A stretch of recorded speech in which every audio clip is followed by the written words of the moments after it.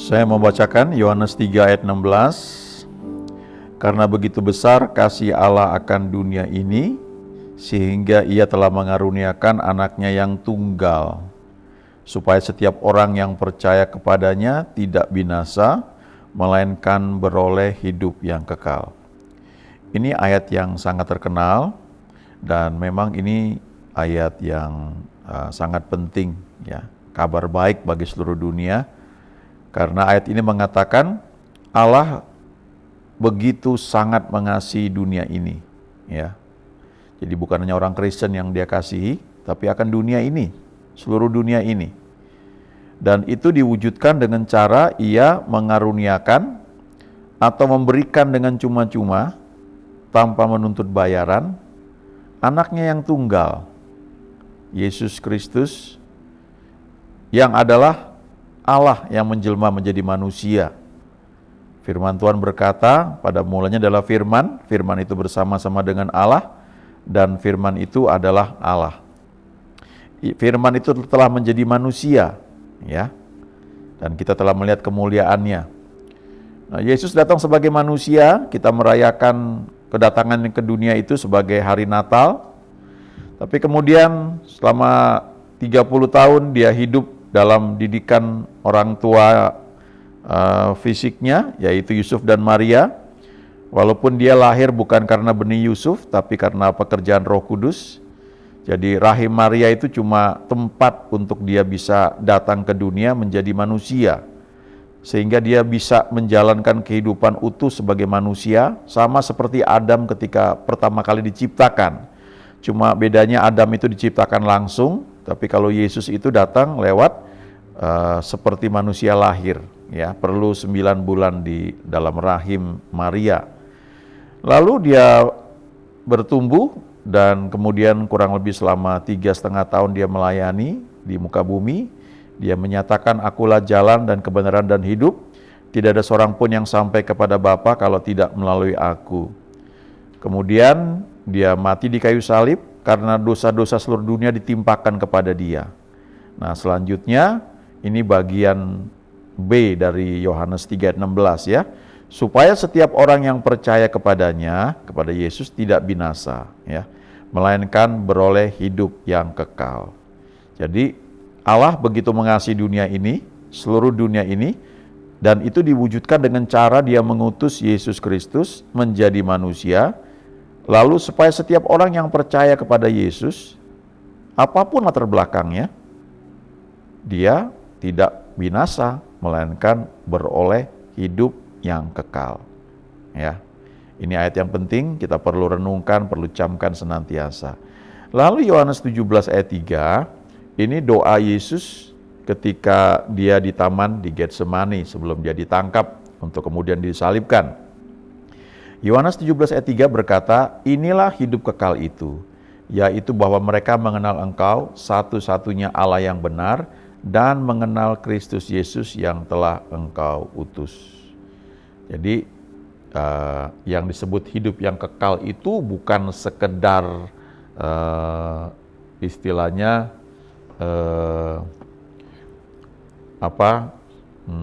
nanti di surga, ya, tidak sekedar itu, ya. Tapi sebenarnya hidup yang kekal itu adalah mengenal Allah yang benar, mengenal Bapa, ya. Satu-satunya Allah yang benar, dan mengenal Kristus Yesus yang telah diutus, yang datang ke dunia itu, ya. Justru kita mengenal Allah Bapa itu karena kita mengenal Yesus Kristus, ya.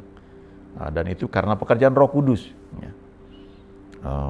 Waktu itu saya juga butuh waktu untuk memahami hal itu, tapi ketika saya memutuskan untuk mengenal Yesus, menerima Dia sebagai Tuhan dan Juru Selamat, maka hidup saya mulai berubah.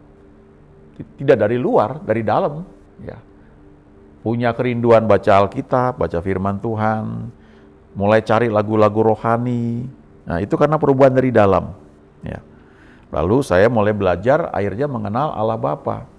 Nah, tentu ada wadah yang membuat saya bisa bertumbuh secara rohani. Ada teman-teman, kakak-kakak rohani di kampus yang mengajarkan, memberikan pemahaman Alkitab seminggu sekali, ya.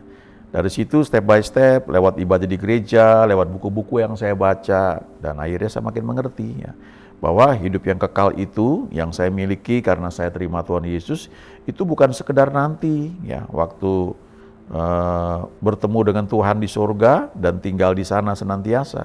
Tapi hidup yang kekal itu dimulai ketika saya sudah terima Tuhan Yesus, saya sudah kenal Dia, lalu saya mulai mengenal Allah Bapa ya, dan saya mulai menikmati itu dari sejak di bumi ini ya. Jadi hidup yang kekal adalah mengenal Allah Bapa dan mengenal Yesus Kristus, dan itu hanya bisa karena pekerjaan Roh Kudus. Tapi ada bagian kita yang perlu kita lakukan, yaitu kita menyediakan satu kesempatan atau waktu ya untuk bisa bertumbuh dalam pengenalan akan Tuhan ya, mengenal Bapa, mengenal kasih-Nya, mengenal Yesus, mengenal anugerah demi anugerah yang sudah Dia berikan bagi orang percaya, lalu mengenal Roh Kudus ya, yang mengajari kita, menuntun kita, membimbing kita di jalan yang benar, mengenali tuntunannya, mengenali suaranya, dorongannya ya, mengerti bahwa ada tindakan atau sikap hati yang bisa mendukakan Roh Kudus ya. Itu pertumbuhan, tidak semalam. Nah, kata mengenal ini dalam bahasa aslinya adalah ginosko. Dan kata ginosko itu artinya dalam bahasa Yunani ya, itu ada beberapa arti. Salah satunya adalah kata yang digunakan untuk menggambarkan hubungan intim antara seorang suami dengan istrinya. Ya, misalnya di Matius 1, ketika Yusuf itu mengetahui bahwa Maria ini hamil karena pekerjaan Roh Kudus, lalu dia tadinya mau menceraikan Maria, tapi tidak jadi. Ya, dia mengambil Maria sebagai istrinya, tapi Alkitab berkata ia tidak bersetubuh ya dengan Maria itu sampai Maria itu melahirkan Yesus. Itu di Matius 1 ya, ayat 25. Tidak bersetubuh dengan dia, dengan Maria, sampai ia melahirkan anaknya laki-laki, dan Yusuf menamakan dia Yesus. Nah, kata bersetubuh itu dalam bahasa aslinya adalah ginosko. Ya, jadi pengenalan yang intim ya, bukan kenal karena tahu saya udah baca Alkitab ya, tahu begitu aja, tapi tidak pernah membangun hubungan dengan Tuhan. Atau mungkin tahu karena saya kan sekolah Alkitab khusus ya.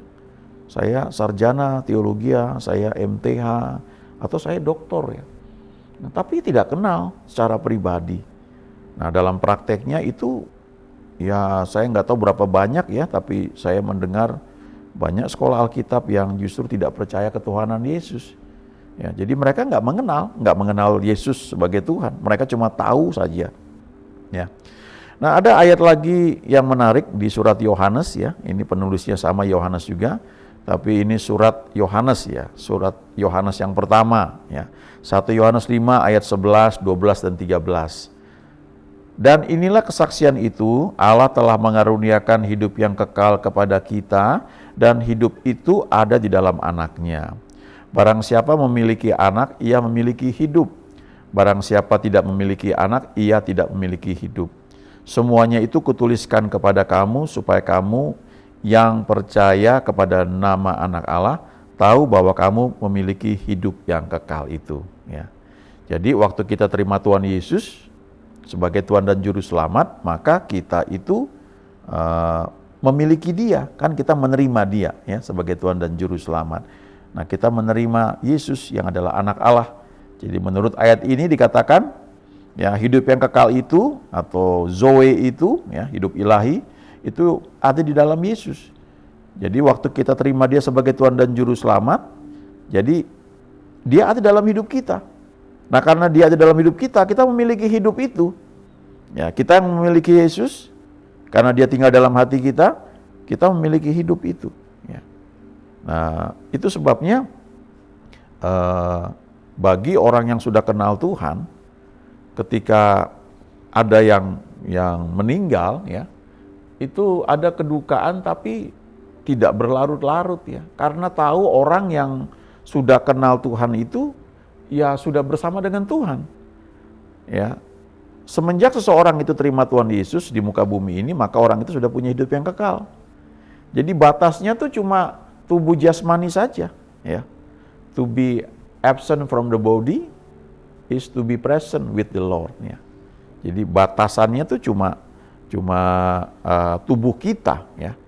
Begitu terima Tuhan Yesus sebagai Tuhan dan Juru Selamat, maka udah memiliki hidup yang kekal itu. Nah, waktu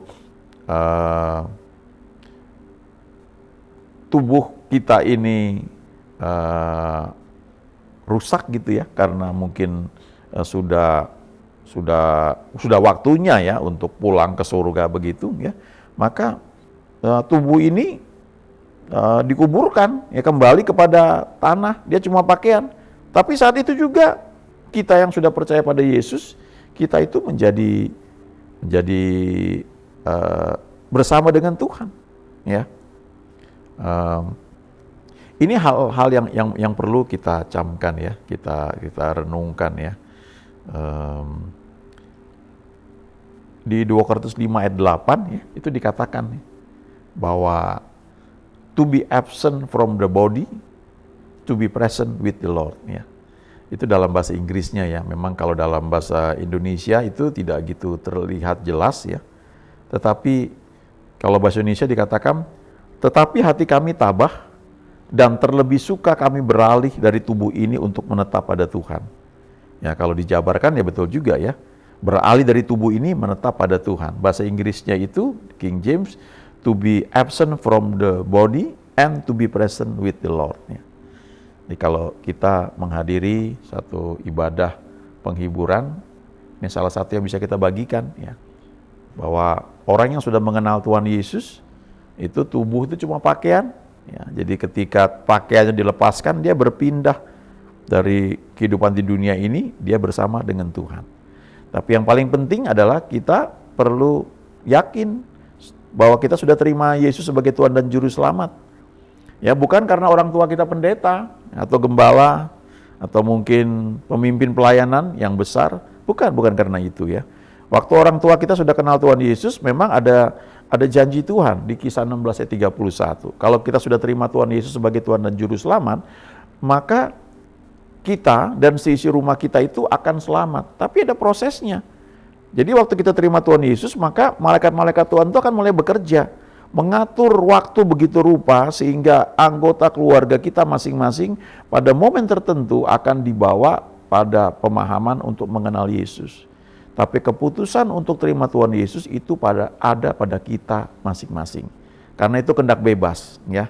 Dan Tuhan akan begitu peduli supaya seluruh anggota keluarga kita diselamatkan ya. Ini ayat berikutnya yang perlu kita ingat lagi ya, Yohanes 10 ayat 10. Pencuri datang hanya untuk mencuri dan membunuh dan membinasakan. Aku datang supaya mereka mempunyai hidup dan mempunyainya dalam segala kelimpahan. Kalau iblis ya datang, dia tuh untuk mencuri kesehatan. Dia beri kita mungkin penyakit ya, dia berikan ide untuk kita itu sakit. Dia nggak bisa nyerang begitu aja ya. Kalau ada celah baru bisa dia masuk. Kalau hidup kita nggak benar ya, kita mungkin tidak jaga kesehatan dengan baik, atau kita mulai diberi pikiran-pikiran negatif, nah itu celah ya. Diberikan ketakutan, wah ini nanti bisa kena penyakit ini nih misalnya ya. Lalu itu akan mulai masuk. Nah tujuannya apa? Dia pencuri kesehatan kita, dia mau bunuh kita ya. Dan tidak hanya itu, kalau bunuh itu kan fisik aja, tapi membinasakan tuh, destroy itu artinya sedapat mungkin supaya keselamatan itu tidak diperoleh ya. Jadi binasa di neraka, itu tujuan iblis. Ya dia cari sebanyak mungkin orang untuk bersama-sama dia di neraka nantinya. Tapi Yesus datang supaya kita ini mempunyai hidup, ya, mempunyai zoe, mempunyai hubungan pribadi dengan Tuhan dalam keintiman, dan mempunyai dalam segala kelimpahan. Artinya hidup itu begitu berlimpah sampai menguasai kita, tindak tanduk kita. Setiap keputusan yang mau kita ambil, kita bawakan kepada Tuhan. Jadi kita hidup dalam rencana Tuhan yang sempurna. Waktu saya masih kuliah ya di Bandung, saya dengan teman-teman suka ikut persekutuan di satu keluarga ya, di rumah seorang profesor doktor dari satu universitas ya yang ada di Bandung ya. Dia juga dosen guru besar di universitas negeri, tapi juga di swasta ya. Nah, saya nggak tahu siapa yang duluan mulai percaya Tuhan Yesus, tapi bapak ini ya sudah usia sangat lanjut, dia profesor doktor, dia kenal Tuhan Yesus. Walaupun dulu agamanya beda, kepercayaannya beda. Nah, salah satu anaknya itu menjadi dosen ya di jurusan tempat saya kuliah. Nah, yang menarik adalah saya lupa persekutuan keberapa ya. Itu ternyata saya baru tahu dia punya anak itu ada beberapa dan pinter-pinter ya. Ada yang sekolah di Amerika, sekolah di Eropa, dan mencapai gelar sampai S3 ya. Nah, waktu dalam salah satu persekutuan, ternyata anak-anaknya datang. Nah, ini menarik sekali, anak-anaknya itu kuliah di berbagai mancanegara. Tetapi karena bapaknya sudah terima Tuhan Yesus, Kisah Rasul 16 ayat 31 ini mulai berlaku. Anak-anaknya itu kenal Yesus secara pribadi di tempat yang berbeda. Di Amerika, di Eropa, di kampus tempat mereka itu kuliah, ada orang-orang yang Tuhan kirim. Ada malaikat-malaikat Tuhan yang bekerja sehingga mereka dibawa untuk akhirnya mengenal kebenaran, mengenal Yesus. Dan waktu mereka kembali ke Indonesia untuk berkumpul bersama seperti biasanya ketika ada hari raya yang mereka rayakan, mereka bersaksi, mereka sudah kenal Tuhan Yesus. Ya, satu persatu semuanya. Tinggal dosen saya waktu itu yang saat itu belum terima Yesus. Ya, saya nggak tahu sekarang, tapi saya percaya dia ada saatnya dia kenal Tuhan Yesus ya. Karena Kisah 16 ayat 31 berkata, kalau kita percaya pada Tuhan Yesus Kristus, maka tidak hanya kita, tapi seisi rumah kita kenal Yesus. Dan itu sifatnya bukan paksaan, tapi Tuhan akan bekerja lewat malaikat-malaikatnya supaya orang-orang yang kita kasihi, yang tinggal bersama kita dalam satu rumah ini, akhirnya mendapat kesempatan untuk mendengar Injil diberitakan. Mungkin bukan lewat kita, karena kalau lewat mulut kita mereka nggak percaya, tapi bisa lewat teman mereka, lewat orang lain yang mereka tolong atau mereka ditolong lewat orang-orang tersebut, hati mereka terbuka dan akhirnya mereka terima Tuhan Yesus sebagai Tuhan dan Juru Selamat. Nah, selanjutnya kita perlu ingat juga Wahyu 3 ayat 20. Ini ayat yang bagus ya. Lihat, aku berdiri di muka pintu dan mengetok. Jikalau ada orang yang mendengar suaraku dan membukakan pintu, aku akan masuk mendapatkannya dan aku makan bersama-sama dengan dia dan ia bersama-sama dengan aku. Nah, kalau kita lihat ya gambaran ayat ini selalu digambarkan Yesus sedang mengetok pintu dan pintunya itu tidak ada grendelnya dari luar. Pintu itu hanya bisa dibuka dari dalam. Jadi Tuhan itu nggak pernah paksa, ya. Dia mengetuk pintu hati kita. Kalau kita buka pintu hati kita, dia masuk. Tidak hanya dia masuk, ya, tapi bersekutu dengan kita, lalu makan bersama dengan kita, dan kita bisa sharing semua masalah kehidupan, kita menikmati persekutuan, menikmati fellowship dengan Tuhan kita itu. Nah, dulu saya belajar bahwa ini adalah pintu hati untuk terima Tuhan Yesus ya, itu tidak salah, ya, itu benar juga. Tapi ada hamba Tuhan yang bagikan ini wahyu kepada Yohanes ya. Jadi tadi kita baca surat-surat yang ditulis oleh Yohanes, Injil Yohanes, Yohanes yang tulis, lalu surat Yohanes, Yohanes yang tulis. Dan ini wahyu kepada Yohanes waktu dia di Pulau Patmos juga Yohanes yang tulis.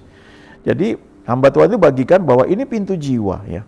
Waktu kita sudah terima Tuhan Yesus, maka Yesus itu ada di hati kita, dalam roh kita. Ya, ada Roh Kudus di situ ya. Kemudian dia mengetuk pintu jiwa kita karena di situ ada kehendak bebas ya, ada emosi, ada pikiran ya. Nah, dia ingin masuk juga menguasai jiwa kita supaya kita ini memiliki jiwa yang makmur, jiwa kita ini jiwa yang dipulihkan ya. Nah, tapi kehendak bebas itu ada pada kita ya. Keputusan itu ada pada kita ya. Oleh sebab itu kita perlu ingat ya bahwa Dia itu adalah Tuhan yang selalu ingin bersekutu dengan kita ya. Nah, ingat baik-baik bahwa Dia mengasihi kita. Dia punya rencana yang indah bagi kita. Nah, bagian kita adalah membuka pintu hati kita. Tidak hanya terima Tuhan Yesus sebagai Tuhan dan Juru Selamat ya, tapi juga sebagai Raja ya, untuk Dia menguasai, membenahi seluruh bagian jiwa kita sehingga kita menerima apa yang Tuhan janjikan sebagai orang-orang percaya. Haleluya. Amin.